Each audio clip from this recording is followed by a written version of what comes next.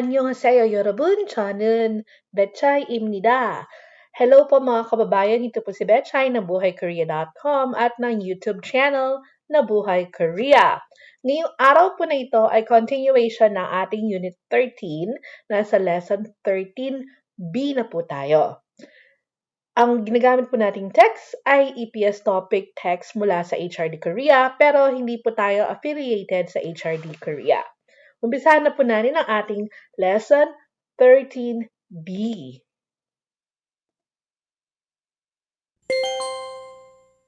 대화 2. 우리 내일 어디에서 만날까요? 시청 앞 어때요? 좋아요. 그러면 6시쯤 만날까요? 6시는 좀 빨라요. 7시에 괜찮아요? 네, 괜찮아요. 그럼 내일 시청 앞에서 7시에 봐요.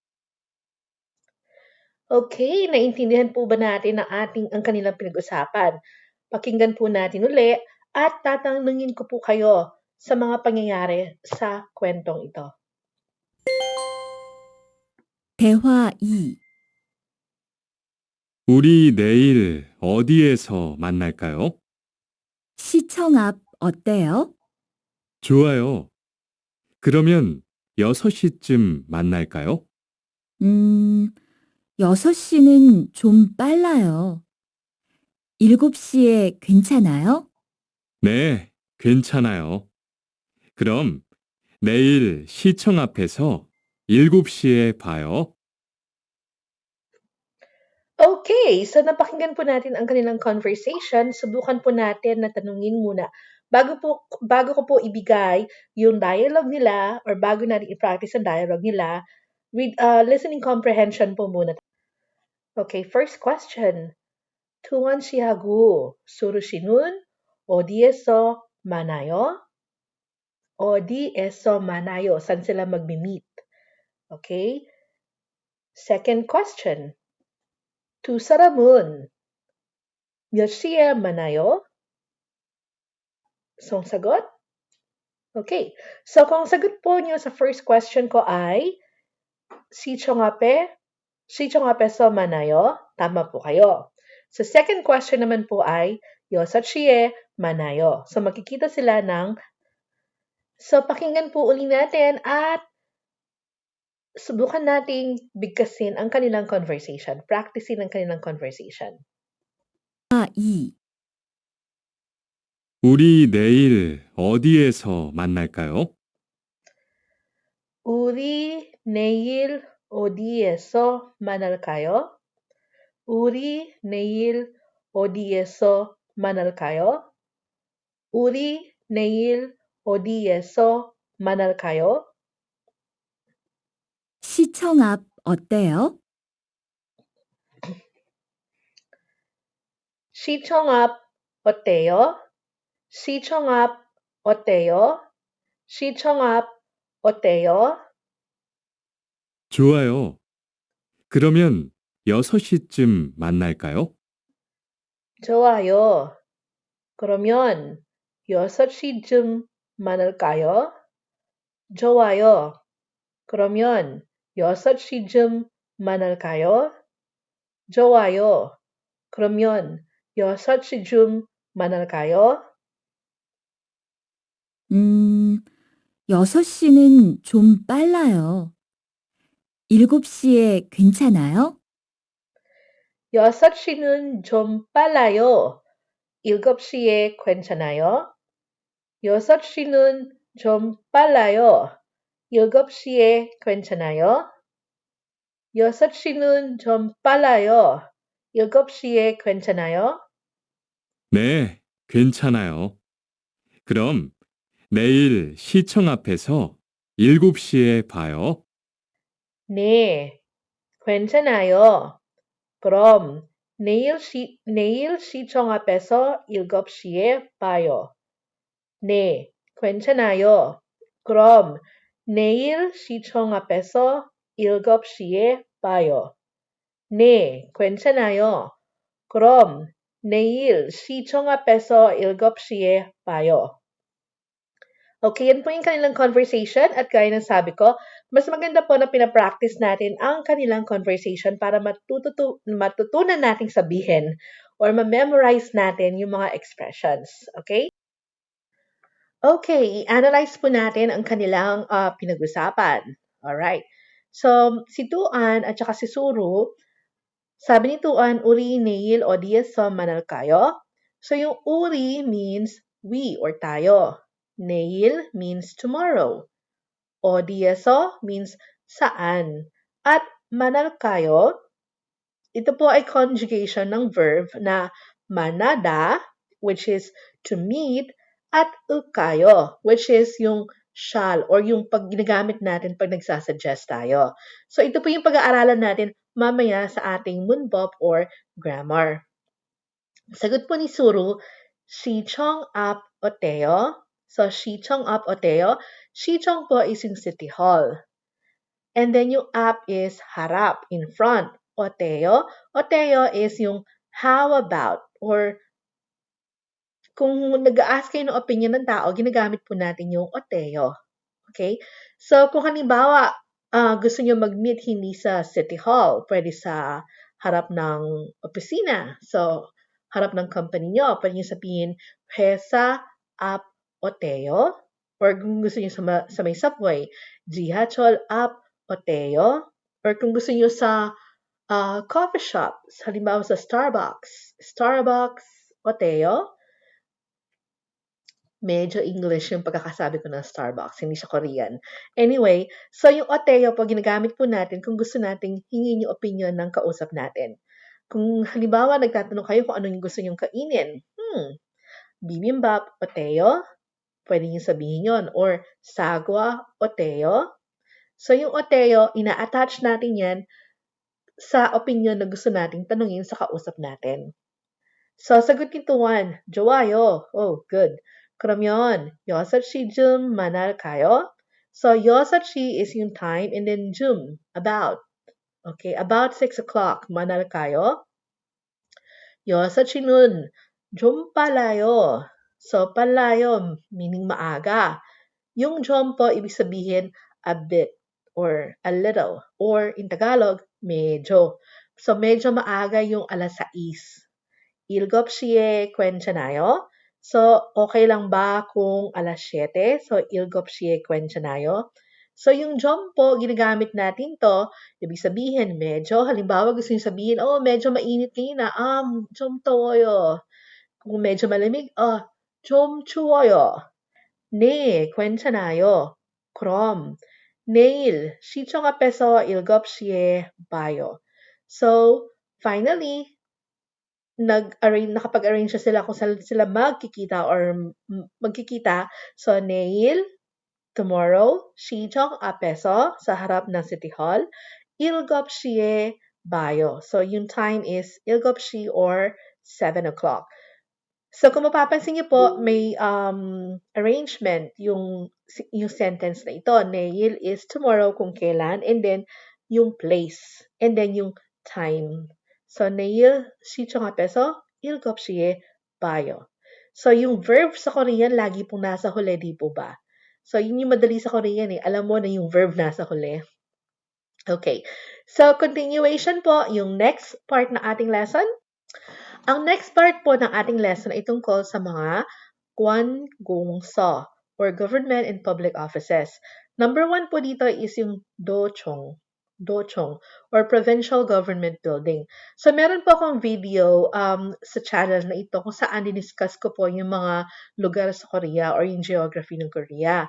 So yung do, actually ina-attach to sa pangalan ng province. So halimbawa, pag sinabi natin Gyeonggi-do is yung province ng Gyeonggi. Gangwon-do, Gangwon province. Jeju-do, Jeju province. Chungcheongbuk-do, Chungcheong province. Chungcheongnam-do, South Chungcheon province, Chungcheong. And ano pa ba? Cholanbuk-do, Cholanam-do, Gyeongsangbuk-do, Gyeongsangnam-do. And then dito naman po, Sichong. Sichong is yung city hall. Yung shi meaning city. Okay? So, halimbawa, Seoul-shi.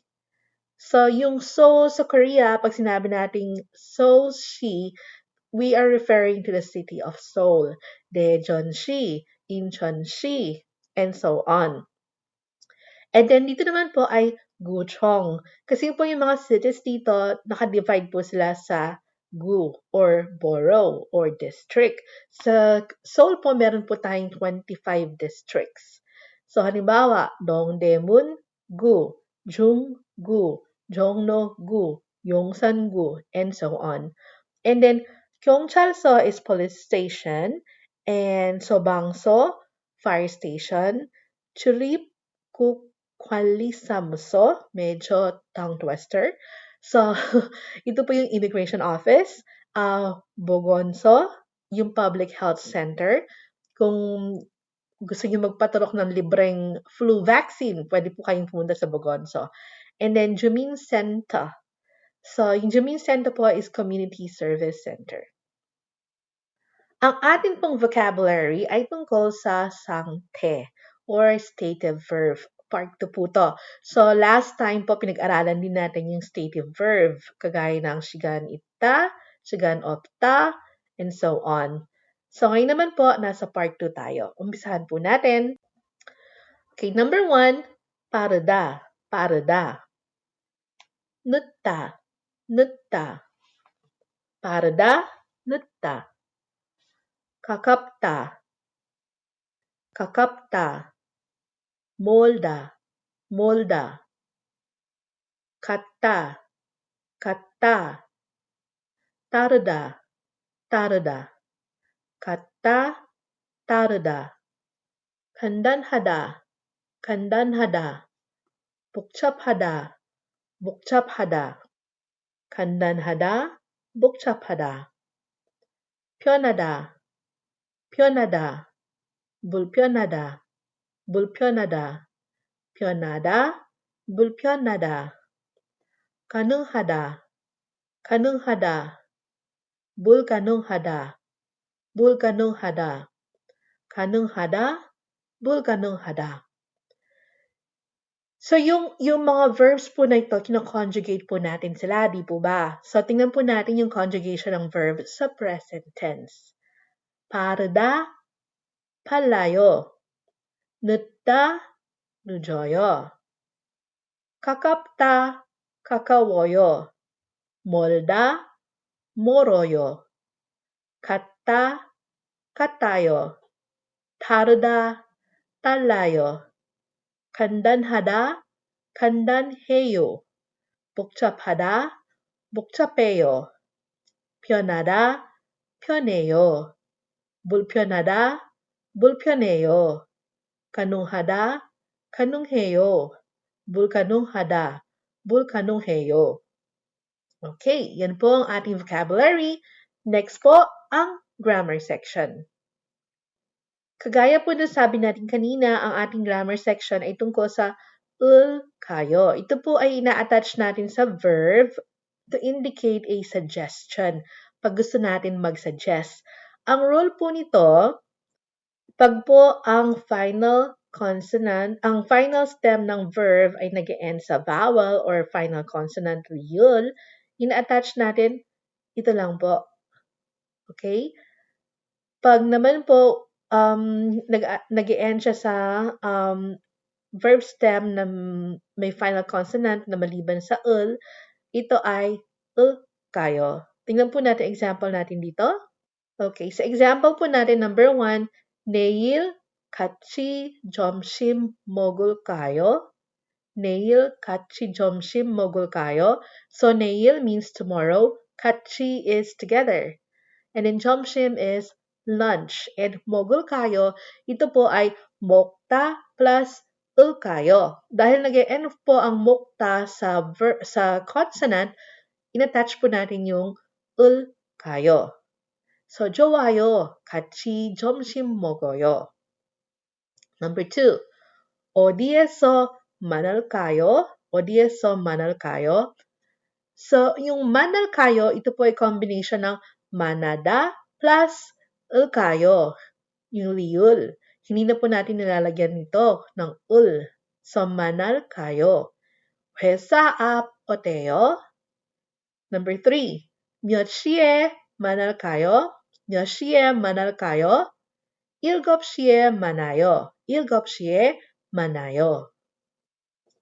So, practicein lang po natin yan ang ating verb. Ang ating grammar. Okay, let's move on sa ating exercises. Ang ating pong exercises, number 1, molda. I-touch po natin or i-connect po natin yung picture dito sa mga words na nandito sa kanan. So, number 1, molda, meaning malayo. Katta, meaning kapareho. Taruda, meaning magkaiba. At kakapta, meaning malapit. Okay, so molda, ito po. Katta, ito sa number 3. Taruda, number 4. At kakapta, number 1. Okay, second part po, yung subukan po natin gumawa ng sentences following this example. 오늘 같이 점심 먹을까요? 좋아요. 같이 점심 먹어요. Number 1, 저녁에 같이 뭐뭐뭐. 좋아요. 같이 영화 봐요. So ano po kaya yung sagot dito? Tingnan lang po natin yung answer niya dito. 같이 영화 봐요. So maaari, ang tanong dito ay 같이 영화 볼까요? 같이 영화 볼까요? Number 2, 오늘 몇 시에 뭐뭐뭐? Okay, sagot niya. 7시 어때요? Okay, so maaari na ang tanong dito ay 오늘 몇 시에 만날까요? Okay. Number 3, 지금 같이 커피 한 잔 뭐뭐뭐? 미안해요. I'm sorry.